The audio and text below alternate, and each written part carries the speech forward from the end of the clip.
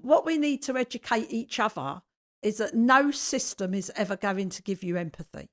So we have to figure out how to come together. And that's what you're doing basically in your non-profit. It's what I do. It's, it's what those of us that have experienced something. We're saying we've got to come together and we've got to provide each other with empathy. And we need to treat the systems as, unempathic, has no capacity, because those systems don't even offer empathy to their staff. Right. You've got people working on minimum wage and very low wages and not giving them the resources to do the job. So your average sort of teacher, social worker, nurse, they're not receiving any empathy. So there's none to give. And it's about just being able to go, okay, well, that system's gonna, how do I maximize the way I use that system and expect no empathy, because I'm going to get my empathy within my locality, within my tribe, within my community. And that's how I see us being able to change things. I wonder how you respond to that. Absolutely. I think that's a key thing, empathy and compassion. That's one of the quotes I use for empathy, is one of the greatest gifts one person can give another. But when that's rooted in lived experience, that empathy is felt a lot deeper because you understand. So I will offer a greater empathy to someone who has felt suicidal because I know what that feels like, to feel like that. I definitely think that, definitely feel there's like a crashing down of all these systems that haven't put people at the forefront of their service, and that there's going to be people who do offer that empathy, that are able to come up and walk beside these people and help them see. So that's part of what the Be Me program is. So what I identified is that the mental health services I had didn't achieve what they wanted to achieve. And, I had 2 mental health inpatient stays, even though I'd accessed those mental health interventions. So when I became a born again Christian, someone spoke a prophetic word of a rose, and that the dead petals would fall to the ground.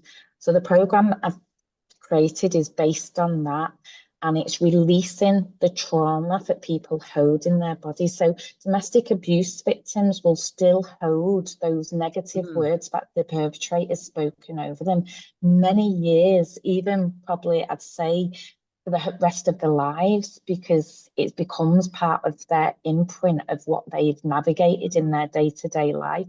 So they hold these negative narratives long after they've escaped from the abusive relationship. So this program helps people to release any negative narratives that they hold about themselves, and that can be as a result of abuse or trauma or the care system, but also the education system, that they leave school with these negative narratives, and just creating a multi-sensory experience. So using meditation, creativity, and showing kindness, helping each person who goes on the program to realize their potential, and that they can dream big, because there's nothing holding them back now. Once they've released those negative narratives, there's nothing holding them back from being able to achieve anything they want to achieve in life. I'm a great believer anybody can achieve anything they want in life if they have the right people around them. That's the key thing. You can't do it on your own unless you've got a whole host of energy and stuff, but having the right people around you, you can achieve anything you want in life. I think that's really important. And, Kerry, I could probably talk to you for another hour, but we're coming to the end of our time together for this episode. I think the message, you've been through a lot, there's no doubt. And because it started in childhood, there's no way to say, well, it's your fault, you shouldn't have done this or you shouldn't have done that. We can't point any fingers at you. And some of the things that have happened to you in adulthood were as a direct result of a lack of support, education, awareness, whatever. But the one thing that comes and sings really clearly from listening to you is our amazing ability as humans to heal. It's never too late to begin the healing process. And that's what I'm seeing you as, is a beacon of, the wounded healer. I feel that in some ways many of us are wounded healers.